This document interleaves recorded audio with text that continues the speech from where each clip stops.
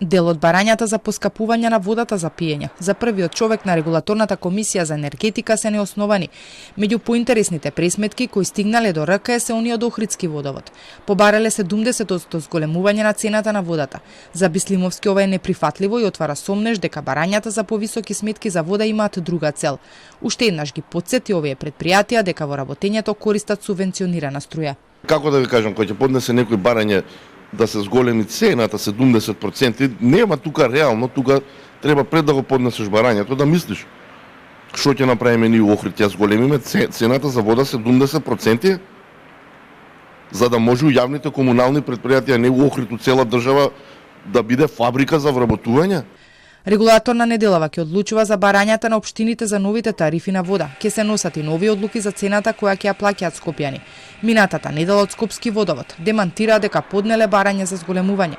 И ние не сме тука да се натегаме со водовод дали поднеле или не поднеле барање. Фактите се јасни. Ние донесовме одлука согласно нивното барање.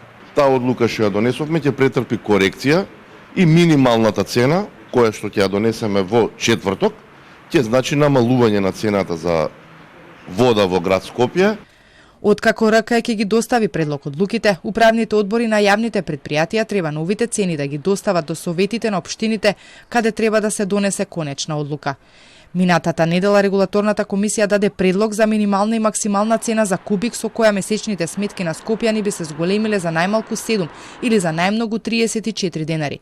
Овие одлуки беа донесени откако Водовод Скопје побарале корекција на цената.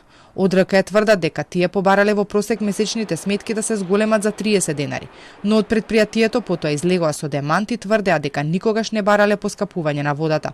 Овие информации како неточни ги отфрлија од регулаторна и уште еднаш побараа комисијата целосно да го преземе утврдувањето на цената на водата.